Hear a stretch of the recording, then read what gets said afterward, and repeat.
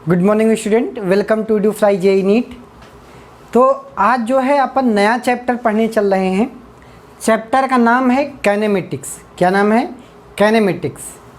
Basically ये chapter जो है, जो आपका मैकेनिक्स है, उसमें सबसे ज़्यादा अहम रोल प्ले करता है।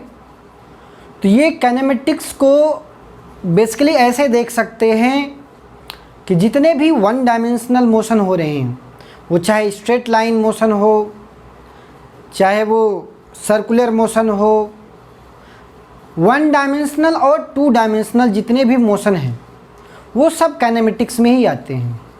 जैसे प्रोजेक्टाइल मोशन हो गया, एक ऑब्जेक्ट अगर फेंका गया ऐसे, ये ऑब्जेक्ट ऐसे फेंका गया तो जितनी दूरी वो गिरता है, एक्स में भी चलेगा, एक्स में भी चलेगा, ऐसे भी चलेगा, ऐसे भी चलेगा। अगर एक पार्टिकल फेंकोगे यहाँ से तो ऐसे भी जाएगा, इधर भी जा रहा है, इधर भी जा रहा है। अगर एक ऑब्जेक्ट यहाँ से गिरा दूँ तो मोशन अंडर ग्रेविटी हो गया, वन डायमेंशन सिर्फ एक डायमेंशन में चल रहा है।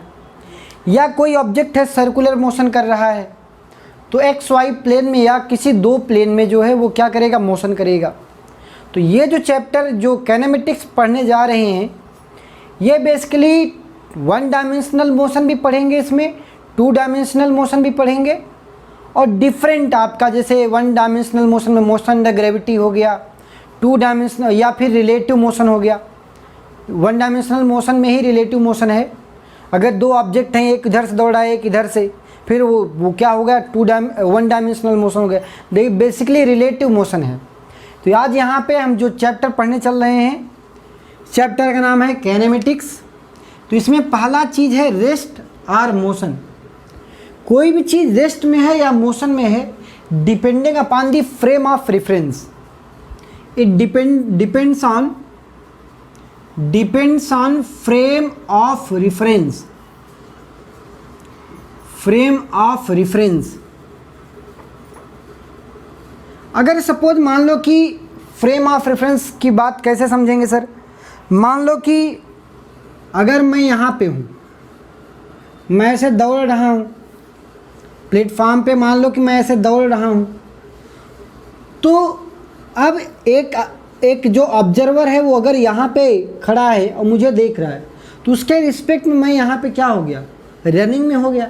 लेकिन यही सेम चीज़ अगर ऐसे होता कि मान लो कि सेम चीज़ ऐसे ही है, अब यहाँ इसी के लिए अगर मान लो कि मैं किसी ऑब्जेक्ट के, ठीक, अगर यही सेम चीज़ ऐसे होता, अगर मैं किसी रूफ पे होता, अब ये यहाँ पे आदमी इसी में बैठा है, तो इसके लिए मैं क्या होता? अगर यहीं पे होता, मैं यहाँ पे दौड़ रहा हूँ या मेरे साथ कोई और दौड़ रहा है, ऐसे समझ लें मेरे जस्ट बगल कोई और दौड़ रहा है, तब उसके लिए मैं क्या होता? रेस्ट में दिखाई देता, ठीक। लेकिन ये जो ऑब्जर्वर है इसके लिए मैं क्या हो रहा? रनिंग हो रहा हूँ, ठीक। फॉर एग्जाम्पल अगर आप ट्रेन में बैठे हो, जो ग्राउंड पे ऑब्जर्वर है उसके लिए आप क्या हो? मोशन में हो, ठीक। लेकिन जो आपके साथ बैठा है उसके लिए आप क्या हो? रेस्ट में लग रहे हो। तो इस तरीके से जो रेस्ट या मोशन है उसको डिफाइन किया जाता है depending upon the frame of reference. Frame of reference क्या है? अब बात करते हैं टाइप्स ऑफ मोशन की। किसके? कितने मोशन के कितने टाइप्स होते हैं? पहला है ट्रांसलेशनल मोशन। ट्रांसलेशनल मोशन या इसी को बोलते हैं रेक्टिलिनियर मोशन। क्या बोलते हैं? रेक्टिलिनियर मोशन, ट्रांसलेशनल मोशन और रेक्टिलिनियर मोशन, ठीक है।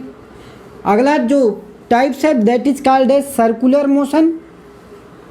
सर्कुलर मोशन कहो या रोटेशनल मोशन, रोटेशनल मोशन, ठीक। और लास्ट वन जिसको बोलते हैं ऑसिलेटरी मोशन या ऑसिलेटरी मोशन और वाइब्रेटरी मोशन। वाइब्रेटरी मोशन तो बेसिक जो है तीन तरीके के मोशन है। ट्रांसलेशनल मोशन, ठीक। अगर कोई बॉडी ट्रांसलेट हो रही है, एक पॉइंट से दूसरे पॉइंट को जा रही है, तो उसको बोलते हैं ट्रांसलेशनल मोशन। रेक्टिलिनियर मोशन या कर्वलिनियर मोशन, ठीक। रेक्टिलिनियर मतलब ये भी मोशन ऑफ स्ट्रेट लाइन है, लेकिन इन टर्म्स ऑफ कर्व के फॉर्म में होगी। सर्कुलर मोशन आप जानते हो कि अगर 2 डायमेंशनल प्लेन है, एक ऑब्जेक्ट है यहाँ पे, तो अगर ये पूरा एक्स वाई प्लेन में हो रही है, इसको बोलते हैं सर्कुलर मोशन, ठीक। रोटेशनल मोशन वैसे ऑसिलेटरी और एसएचएम भी बोलते हैं। अगर एक पॉइंट के ऑब्जेक्ट के एक मेन पोजीशन के क्रॉस जो है अगर जो है मोशन होता है, उसको बोलते हैं ऑसिलेटरी मोशन। वाइब्रेटरी मोशन भी ऐसी ही है। तो जो अभी हम चीज़ पढ़ने जाएंगे काइनेमेटिक्स में, वो बेसिकली प्योर जो है आपके पास ट्रांसलेटरी मोशन की बात करेंगे या मोशन इन 1D बात करेंगे। क्या करेंगे? Motion in 1D। अब जो इसमें पहला चीज़ आता है distance and displacement. Distance and displacement, distance and displacement. Distance क्या होता है? The total path covered by the object. Distance क्या होता है? Distance is called as total path cover by the object, covered by the object, ठीक। Total path covered by the object, इसको बोलते हैं डिस्टेंस, ठीक। डिस्प्लेसमेंट क्या बोलते हैं? It is the shortest distance between 2 points. It is a shortest distance, shortest distance between 2 points. It is shortest distance between 2 points. इसको क्या बोलते हैं? डिस्प्लेसमेंट। फॉर एग्जाम्पल अगर मान लें, साथ में लिखते रहें, अगर हम मान लें कि सपोज मेरे पास एक एक्स वाई प्लेन है, ध्यान से समझें, डिस्टेंस एंड डिस्प्लेसमेंट। ये आपके पास R1 वेक्टर है, आपने वेक्टर पढ़ा है, this is R1 vector, alright. और आपके पास ये आपके पास R2 वेक्टर है, ठीक। तो बेसिकली क्या है? This is position vector. O point है, A पॉइंट है, B पॉइंट है। अब इनके भी जो position vector basically AB vector, आपके पास AB वेक्टर होगा, vector B minus vector A, vector B position vector B, position vector B minus position vector A, ठीक। इसका मतलब R2 minus R1, R2 vector minus R1 vector, this is R vector. तो आपके पास क्या है? ये पोजीशन वेक्टर R वेक्टर है। तो R वेक्टर क्या है? आपके पास ये वेक्टर है, दिस इज R वेक्टर, ठीक। अब ये कैसे होगा? देखो अगर आप ध्यान से, आपके पास ये एक वेक्टर है R1 वेक्टर इस डायरेक्शन में है, तो R1 की तो वैल्यू ये है sir. R2 vector this is R vector. तो अगर आप ये वेक्टर है प्लस ये वेक्टर है, तो दो वेक्टर का एडिशन है, this is R vector, R1 vector and this is R2 vector या R वेक्टर। सपोज ये R वेक्टर है, तो आपके पास अगर इनका रिजल्टेंट बात करोगे आप कहोगे ये R2 वेक्टर है, यही तो R2 वेक्टर हुआ। अब अगर आप ध्यान से देखो, ये इसके टेल से इसको हेड को ज्वाइन किया गया, इसका मतलब R1 vector plus R vector is nothing but R2 vector या R वेक्टर। ये आपके पास R vector that is called as position vector, इसकी वैल्यू क्या हो गई? R2 vector minus R1 vector, ठीक। तो इसको कहते हैं क्या? Position vector. तो इसको बोलते हैं displacement, the shortest distance between the 2 points. अब हो सकता है कि कोई ऑब्जेक्ट है ऐसे आ रहा है, कोई ऑब्जेक्ट है ऐसे गया है, हमसे ये इसको बोलते हैं डिस्टेंस। ए से बी जाने के लिए जो सबसे शॉर्टेस्ट रास्ता है वो ये है। हो सकता है पाथ 1 ये है और पाथ 2 आपके पास ये है और पाथ 3 जो है वो ये है। तो this is called as displacement. और ये क्या है? आपके पास एक्चुअल पाथ क्या है? एक्चुअल पाथ आपके पास क्या है? This is called as distance, distance covered by the object. For example अगर मैं कहूँ कि डिस्प्लेसमेंट कितना है, आपके पास एक एक्स वाई कोऑर्डिनेट है कि क्या कोऑर्डिनेट है सर? क्वेश्चन नंबर 1 से अगर हम बात करें कि सर हमारे पास एक एक्स वाई कोऑर्डिनेट है, this is X, this is Y coordinate. Position vector आपके पास मान लो 3,4,6, ये एक ए पॉइंट है, यहाँ से बी पॉइंट में है 8,6,2। इस तरीके से दो पॉइंट्स हैं, एक पॉइंट ये है, एक पॉइंट बी। तो अगर मैं कहूँ कि इनके बीच का डिस्प्लेसमेंट कितना है, इनके बीच का डिस्प्लेसमेंट क्या है, तो आप कहोगे सर ये पोजीशन वेक्टर, इसकी पोजीशन वेक्टर, इसकी position vector, this is r2 vector, this is r1 vector, आपके पास ये वैल्यू क्या होगी, this is r vector, this is r vector. तो r वेक्टर के बारे में क्या लिखोगे, r वेक्टर बराबर r2 vector minus r1 vector. तो आपके पास पोजीशन वेक्टर ऑफ r2 क्या है, पोजीशन वेक्टर क्या है, 0,0,0 है भाई ना ये। तो this minus this, this minus this, this minus this, ये पोजीशन वेक्टर। तो इसका मतलब ये वैल्यू क्या होगी, 8i cap plus 6j cap plus 2k cap minus position vector of r1 कितना है, 3i cap plus 4j cap plus 6k cap. तो इनके बीच का जो आपके पास वैल्यू क्या आई, डिस्प्लेसमेंट अगर मैं पूछूं तो आप कहोगे 8 - 3 5i cap, 6 - 4 plus 2j cap plus 2k - 6, तो वैल्यू माइनस आएगी -4k कैप। तो आपके पास ये पोजीशन वेक्टर हो गया, या आपके पास पोजीशन वेक्टर पता है।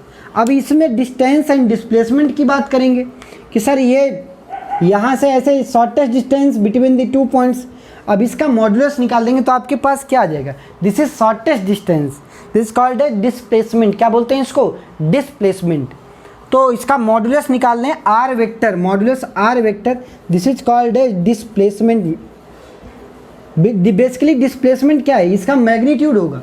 लेकिन ये आपके पास जब भी एक वेक्टर दिया जाएगा, क्योंकि displacement is a vector quantity, distance is a scalar quantity, distance के साथ हमेशा क्या होगा, मैग्नीट्यूड एसोसिएट होता है, जबकि डिस्प्लेसमेंट के साथ मैग्नीट्यूड भी होगा इसका, और इसका सर डायरेक्शन भी दिया है आई कैप, जे कैप और के कैप में। तो इसको बोलते हैं क्या, डिस्प्लेसमेंट वेक्टर। क्या बोलते हैं, डिस्प्लेसमेंट वेक्टर सर। अब हम बात करते हैं डिस्टेंस बड़ा होगा या डिस्प्लेसमेंट बड़ा होगा, उस पर चर्चा करते हैं। मान लीजिए मेरे पास इस तरीके से एक क्वेश्चन नंबर 2 में मान लो एक सर्कुलर पाथ है ये, ठीक, ये सर्कुलर पाथ है। यहाँ पे आपके पास ये सपोज एक यहाँ पे ऑब्जर्वर है, या फिर ऐसे मान सकते हैं कि एक सपोज राम जो है एक लड़का है, यहाँ से दौड़ना चालू करता है और यहाँ पे आता है। इसके जाने की कितने रास्ते हैं अगर मान लें, तो आप कहोगे सर इन्फाइनाइट रास्ते हैं, कहीं से भी जा सकता है, ए से भी। लेकिन मैं कह रहा हूँ कि ये एक तो सर्कुलर पाथ लिया, एक तो एलॉन्ग डायगोनल जो है ये दौड़ा, तो इनका डिस्टेंस और डिस्प्लेसमेंट बताओ। ठीक, तो पहला क्या होगा, अगर रेडियस मान लो कि 14 मीटर है, कितना मीटर है, 14 मीटर, तो जो पहला डिस्टेंस की वैल्यू यहाँ से जाएगा पाथ 1 और पाथ 2, तो डिस्टेंस की वैल्यू क्या हुई, डिस्टेंस अगर ये गया ऐसे गया है, इस तरीके से गया है, ए से बी गया है वाया फर्स्ट रास्ता, तो ये वैल्यू क्या है, distance is this is pi into R. कितना दूरी चला है सर, पाई आर, पूरा टोटल कितना होता है 2 पाई आर, तो आधी दूरी चला तो पाई आर सर। पाई की value 22/7 into radius of this circular path is 14, तो वैल्यू कितनी आ गई 44 मीटर। ये आपके पास डिस्टेंस आया। अगर मैं कहूँ नहीं आप डिस्प्लेसमेंट बताओ, डिस्प्लेसमेंट बताओ, तो डिस्प्लेसमेंट में आप क्या लिखोगे, डिस्प्लेसमेंट में आप पढ़ोगे कि sir it is shortest path, A से बी तो गया है, यहाँ से यहाँ तक गया है, लेकिन शॉर्टेस्ट पाथ क्या है sir, this is shortest path along diagonal. अगर डायगोनल के क्रॉस जाएगा सर तभी तो शॉर्टेस्ट पाथ होगा, डायगोनल के क्रॉस। सर डायगोनल के क्रॉस मतलब से 14 ये, तो वैल्यू कितना 14 + 14 28 मीटर, दिस इज डिस्प्लेसमेंट। एक क्वेश्चन से और भी बात कर ले। मान लो कि आपके पास इस तरीके से एक क्वेश्चन है, ये इस तरीके से क्वेश्चन है, दिस इज 3 मीटर, ये 2 मीटर, ये 2 मीटर। अगर suppose object is moving like this is the initial position of this object and this is follow 3 ways। One is this way, that is blue one, इसको blue mark कर ले, तो blue one यहाँ से यहाँ जा रहा है, यहाँ पे बी पॉइंट है, ये ए पॉइंट पे है, this is first way and this one is the second way, this one is the second way. अगर मैं कहूँ कि फर्स्ट वे और सेकेंड वे में दोनों में डिस्टेंस और डिस्प्लेसमेंट बताइए तो आप क्या करोगे? तो फर्स्ट वे में 2 मीटर प्लस 3 मीटर प्लस ये 2 मीटर, तो डिस्टेंस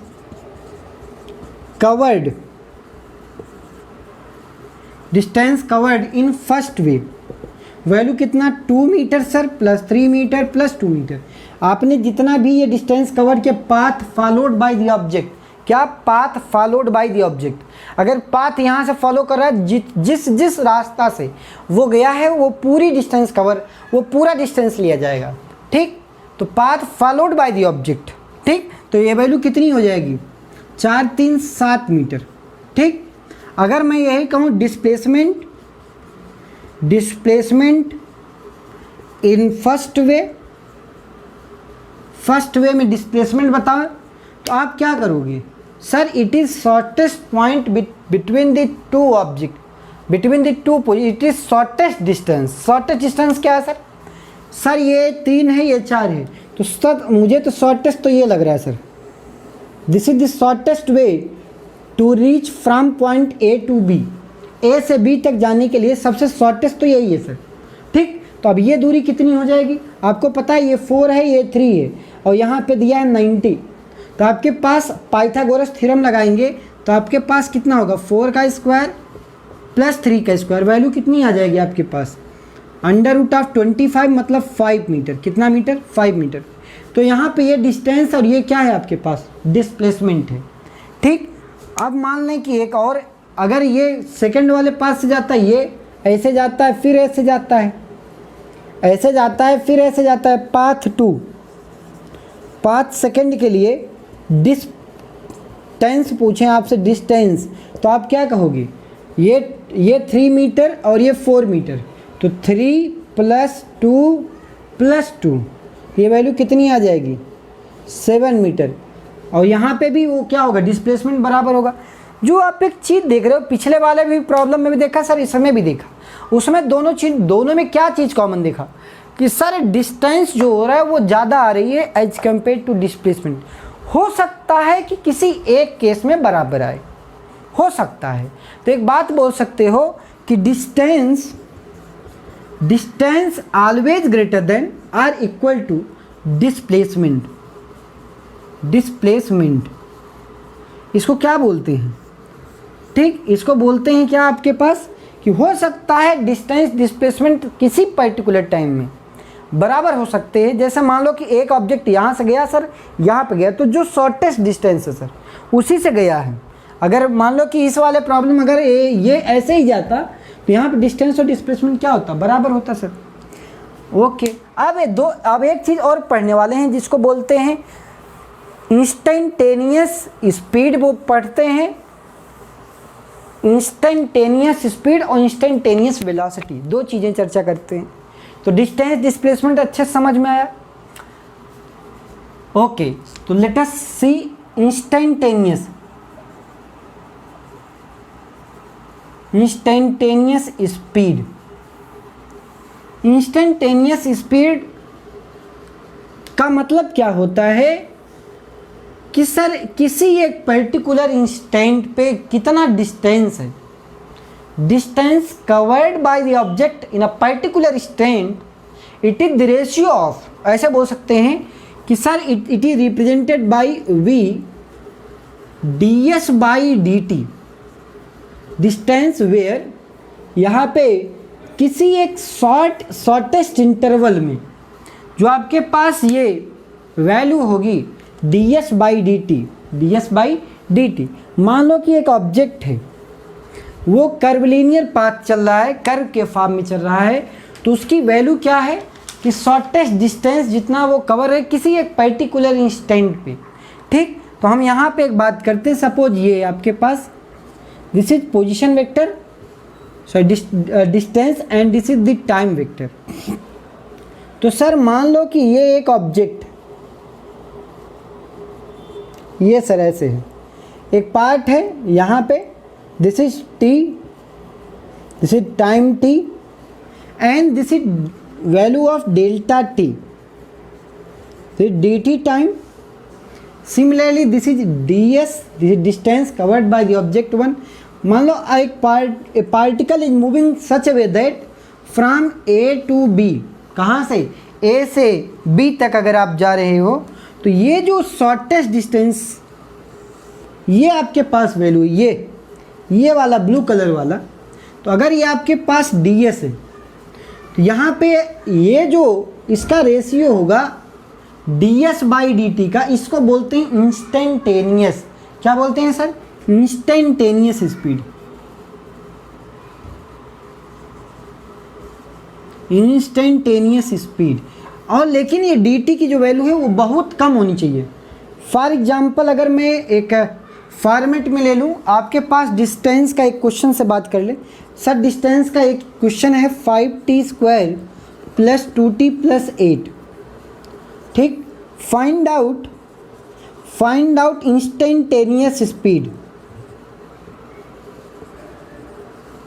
इंस्टेंटेनियस स्पीड किसी एक पर्टिकुलर इंटरवल ऑफ टाइम पे, किसी भी particular interval at t equal to suppose 1 second, at t equal to 1 second, तो कैसे निकालोगे इंस्टेंटेनियस स्पीड? सर ये आपके पास s is the function of time t, इसका मतलब v बराबर ds by D T. Sir v बराबर ds बाई डी टी, तो इसको डिफ्रेंशिएट करें, 5 2 जा 10 प्लस इसकी वैल्यू प्लस 5 2 जा 10t + 2, 10t + 2। अब ये आपके पास स्पीड का फंक्शन आ गया, लेकिन किसी एक पर्टिकुलर इंस्टेंट पे पूछ रहा है, तो at t equal to 1 second value कितना आएगी? t बराबर 1, 10 × 1 + 2, तो वैल्यू कितना? 12 मीटर पर सेकेंड। ये आपके पास क्या होगी? This is called as instantaneous speed. क्या बात करते हैं? Instantaneous speed. सर ये चीज़ समझ में आ गई, इंस्टेंटेनियस स्पीड। अब ऐसा भी हो सकता है आपके साथ एक केस कि हो सकता है कि एवरेज स्पीड, क्या पूछा जाए? Average speed. जैसा कि मान लो कि बात करते हैं एवरेज स्पीड की, तो हेडिंग लगाएं average speed. Average speed, average speed. Average speed क्या होता है सर? एवरेज स्पीड, मान लो कि आप जो है यहाँ पे सपोज नासिक है, दिस इज नासिक, नासिक से आपने मुंबई, नासिक से मुंबई गए। ठीक, अब नासिक टू मुंबई आपने, ठीक है, आप चाहे कार ड्राइविंग के थ्रू गए होगे, यहाँ से यहाँ तक गए आपने सपोज 300 किलोमीटर, ये 300 किलोमीटर आपने ब्रेक जर्नी की, 1 2 3 पार्ट में ब्रेक किया। फर्स्ट जो पहला पार्ट था पड़ाव 100 किलोमीटर, 100 किलोमीटर, ये 100 किलोमीटर और ये 100 किलोमीटर। आपने इसमें जो है जो स्पीड आपकी रही, हो सकता है आपने यहाँ पे कभी 10 पे भी चले होगे, कभी 50 पे भी चले होगे, तो जो एक पर्टिकुलर मान लेते हैं कि आप कंटिन्यूअस चले हो। ठीक, ये मान लो कि 40 किलोमीटर पर आवर से चले हो, यहाँ पे 80 किलोमीटर पर आवर से चले हो, और यहाँ पे मान लो कि बीच में अच्छा खासा रास्ता था तो 120 किलोमीटर पर आवर कर दिए, लास्ट में मुंबई आ गई तो फिर 40 किलोमीटर पर आवर हो गए। तो आपने ब्रेक जर्नी की, उसमें आपने बहुत एक्टिविटीज़ भी की होंगी। ठीक, ए से बी तक जाने के लिए। तो ये क्या कहता है? Average speed, total distance covered, total distance covered, distance covered divided by total time, total time sir, total distance cover divided by total time. बढ़िया है सर। अब टोटल डिस्टेंस तो मुझे दिख रहा है ए से बी गया है, टोटल डिस्टेंस आपके पास कितना है 100 plus 100 plus 100 that is 300 divided by total time. First जो वाला है इसको मान लो कि T1 समय लगा, इसको T2, इसको T3। तो T1 की क्या वैल्यू है, T1 बराबर आपको पता है स्पीड बराबर distance upon time, distance divided by time. ठीक, तो आपको टाइम बराबर क्या हो जाएगा डिस्टेंस अपॉन स्पीड। तो डिस्टेंस कितना है 100 किलोमीटर और स्पीड कितनी है 40 की स्पीड है, तो इतना ये किस में आएगा आर्स में आएगा। सिमिलरली आपके पास T2 मिल जाएगा, कितना वैल्यू सर टोटल डिस्टेंस है 100 किलोमीटर कवर है 120 किलोमीटर पर आवर्स में। तो सर टोटल डिस्टेंस 100 किलोमीटर और इसकी स्पीड कितनी है 120 किलोमीटर पर आवर्स, ये इतना आवर्स आ गया। सिमिलरली T3 की वैल्यू आप लिख सकते हो, टोटल डिस्टेंस आपके पास 100 किलोमीटर और टोटल स्पीड कितना 40 किलोमीटर पर आवर्स। ठीक, तो आपके पास टोटल टाइम भी पता हो गया। तो ये क्या है, this is called as average speed. तो आपने टोटल टाइम क्या हो जाएगा 100 divided by 40 plus 100 divided by 120 plus 100 divided by 40। अब इसको कैसे करोगे, आपके पास ये 300 हो गया, तो आप ये कॉमन ले सकते हो 300, 100 कॉमन लेके यहाँ से 100 कॉमन लेके कैंसिल कर सकते हो। तो ये वैल्यू ऊपर क्या बचेगी 3 बचेगा, 100 कॉमन हो जाएगा, 100 कॉमन 300 में से 100 कॉमन ले 3 बचा, यहाँ पे भी 100 कॉमन ले लिया, तो वैल्यू क्या बची 1/40 प्लस 1/20 प्लस 1/40, यहाँ पे 1/40। तो आपके पास ये क्या बचा। अब इसको सॉल्व करेंगे, सॉल्व करने पे कितना आ रहा है देखें, खुद से करके देख लें। तो एलसीएम ले लें, 3 डिवाइडेड बाई एलसीएम हो गया 120 इसका, तो ये 3 हो गया, ये 1 हो गया, ये 3 हो गया, तो ये 120 इंटू 3 डिवाइडेड बाई वैल्यू कितना आपके पास 3 + 1 4, 4 + 3 7, तो आपके पास 360 डिवाइडेड बाई 7, तो वैल्यू कितना आपके पास आ गया 7 × 5 = 35, 0 1 0 7 1 जा 7, तो वैल्यू कितना 7, यहाँ पे 3 0, 7 चौक 28, 2 ठीक 2 0, 7 दूनी 14। मतलब कहने का मतलब क्या है 51, आपने जैसे भी जर्नी की हो ये वैल्यू कितना आ रही है 51 किलोमीटर, 51.42 किलोमीटर पर आवर्स। आपकी जो एवरेज है, भले आपने कभी 40 पे चला, कभी 120 तक चला, फिर आपने 40 किया, लेकिन जो आप एवरेज जर्नी कर रहे हो, जो आपकी एवरेज स्पीड आ रही है वो कितनी आ रही है 51.42 किलोमीटर पर आवर्स, ये आपकी एवरेज स्पीड आ रही है। ठीक, तो this is called as concept of average speed. ऐसा भी पूछ सकता है कि मान लो एक क्वेश्चन से और भी बात कर लेते हैं, एवरेज स्पीड हो जाएगा। मान लो कि क्वेश्चन नंबर 2 से बात करते हैं। एक आपने ए से बी गए, ऐसे भी पूछ सकता है कि सर मैं पहले ए से बी गया, दूरी एस है, यहाँ पे ये 40 किलोमीटर पर आवर्स की स्पीड से गया हूँ। कोई भी डेस्टिनेशन हो सकती, जितनी भी दूरी है ए से बी, कोई भी किलोमीटर, एस किलोमीटर सपोज, ये फॉरवर्ड जर्नी है। ठीक, फॉरवर्ड जर्नी।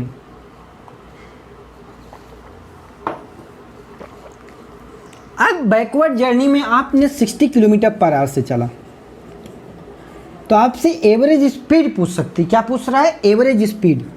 तो सर एवरेज स्पीड बराबर total distance covered by the object. Sir A से बी गया हूँ, बी से ए आया हूँ, मतलब एस दूरी चला हूँ और एस दूरी चला हूँ। ठीक, divided by total time T1 की value, distance upon distance covered divided by speed, समय बराबर डिस्टेंस बराबर टाइम इक्वल टू, तो ये आपके पास वैल्यू क्या आ गई v बराबर s बाई टी, तो s बराबर t बराबर s बाई वी। तो सर s बाई वेलोसिटी कितनी है सर, सॉरी स्पीड कितनी है 40 किलोमीटर पर आवर्स। ओके, सिमिलरली इस वाले में क्या हो जाएगा T2 की value s divided by 60 sir, इतना आवर्स हो जाएगा। तो ये वैल्यू कितना, S/40 प्लस S/60 सर। तो वैल्यू कितना हो जाएगा 2s divided by s, common ले लो यहाँ से। तो ये वैल्यू 1/40 प्लस 1/60 सर। s ने s को मार दिया। तो आप यहाँ से एक वैल्यू बता सकते हो कि जो आपके पास एवरेज स्पीड आया, वो वैल्यू क्या आया, 2 डिवाइडेड बाई, इन दोनों का एलसीएम हो गया 120, यहाँ पे 3, यहाँ पे आपके पास कितना हो गया 2, 3 + 2 5, तो ये वैल्यू 240 डिवाइडेड बाई 5, 5 से काट दें, 5 4 जा 20, 4 0, 48 किलोमीटर पर आवर्स। कितना, 48 किलोमीटर पर आवर्स। मतलब आपके पास एवरेज स्पीड की वैल्यू क्या आ गई, 48 किलोमीटर पर आवर्स। तो ये जो कॉन्सेप्ट है, कॉन्सेप्ट ऑफ एवरेज स्पीड, वो इस तरीके से करते हैं। अब एक टर्म और आता है जिसको बोलते हैं एवरेज वेलोसिटी। क्या बोलते हैं, एवरेज वेलोसिटी, वो भी समझ लेते हैं। सर एवरेज वेलोसिटी क्या है, समझ गए कॉन्सेप्ट एवरेज स्पीड का, जरूर मज़ा आ रहा है ना आपको। एवरेज, अब बात करते हैं एवरेज वेलोसिटी की। एवरेज वेलोसिटी क्या है, एवरेज वेलोसिटी का मतलब ये होता है कि आपके पास, एवरेज वेलोसिटी का मतलब total displacement divided by total time. ध्यान समझना, वहाँ पे total distance upon total time था, यहाँ पे क्या है, total displacement upon total time. तो इस तरीके से आपके पास ये कर्व है, ठीक। अब ए से बी मान लो आपने ए जर्नी से स्टार्ट की, बी पे पहुँचे। अब यहाँ पे हमें डिस्प्लेसमेंट से मतलब है, वहाँ पे ऐसे मतलब होता था, उसको करेक्शन कर लें, वहाँ पे इस वाले पाथ से मतलब होता था। तो जितना कम होगा, तो यहाँ पे इसका मतलब हमें सर एवरेज वेलोसिटी का मतलब total displacement upon total time से मतलब होना चाहिए। क्या, total displacement upon total time. तो सर एवरेज वेलोसिटी बराबर टोटल डिस्प्लेसमेंट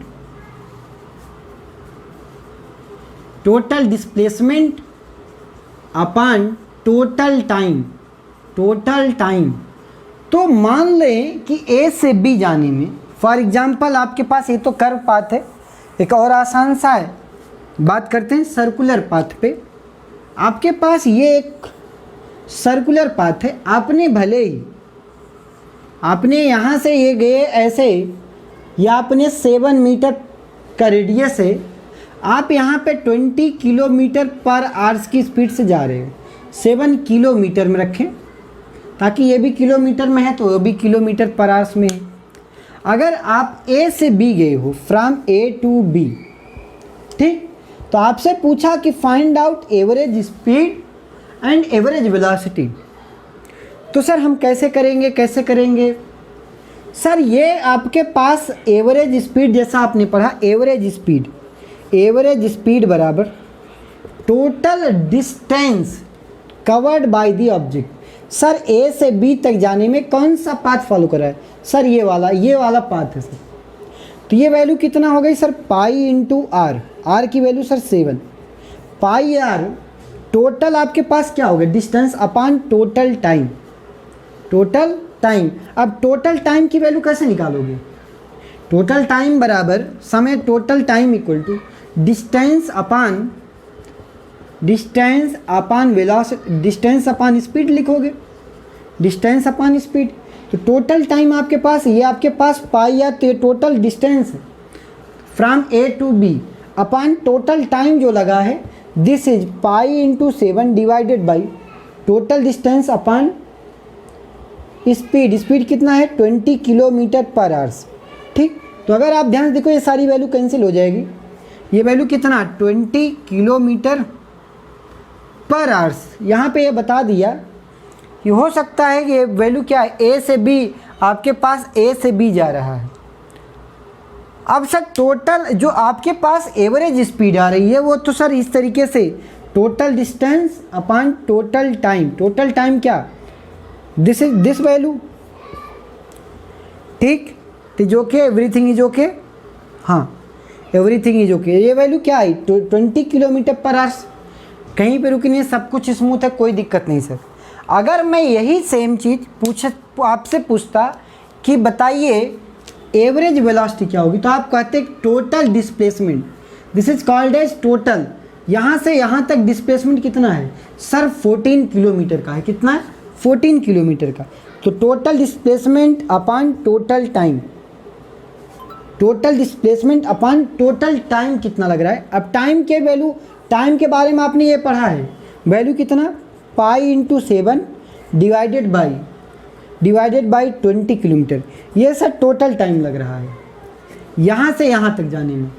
तो ये वैल्यू आपके पास कितना आ जाती 14 डिवाइडेड बाई, यहाँ पे वैल्यू लिख लेंगे 22/7 मल्टीप्लाइड बाई 7, तो 7 कैंसिल, डिवाइडेड बाई 20, तो 14 divided by into 20 divided by 22, okay. 280 divided by 22 या 140 डिवाइडेड बाई 11 या 11 1 जा 11, 30 22 8 इज एवरीथिंग इज ओके, 11 7 जा, तो 12.7 किलोमीटर पर आवर्स आती। ये आपके पास एवरेज स्पीड क्या आती 12 किलोमीटर पर आवर्स। एवरेज स्पीड क्या आती 12.7 किलोमीटर पर आवर्स। कहने का मतलब दोनों में अंतर है।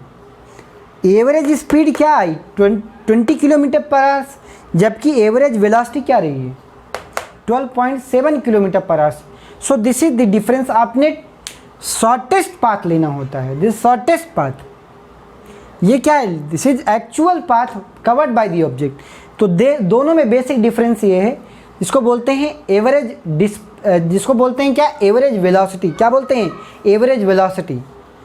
तो आज आपको क्या क्या चीज़ें समझ में आया, आपको रेस्ट पे या मोशन में कोई ऑब्जेक्ट कैसे होता है, कैसे डिसाइड करते हैं, टाइप्स ऑफ मोशन बताया, डिस्टेंस और डिस्प्लेसमेंट बताया, एवरेज स्पीड बताया, एवरेज वेलोसिटी बताया, इंस्टेंटेनियस स्पीड बताया।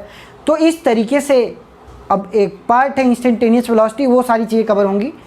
तो नेक्स्ट टाइम पे हम इक्वेशन ऑफ मोशन बात करेंगे कि v बराबर u plus A T, S बराबर U T plus half A T square, या v स्क्वायर बराबर v square equal to U square plus 2as। इस पर पूरा डिटेल्ड एनालिसिस करेंगे। तो आज आपको कैसा लगा ज़रूर कमेंट बॉक्स में कमेंट करेंगे। तो आज के लिए बस इतना ही। Thank you all of you.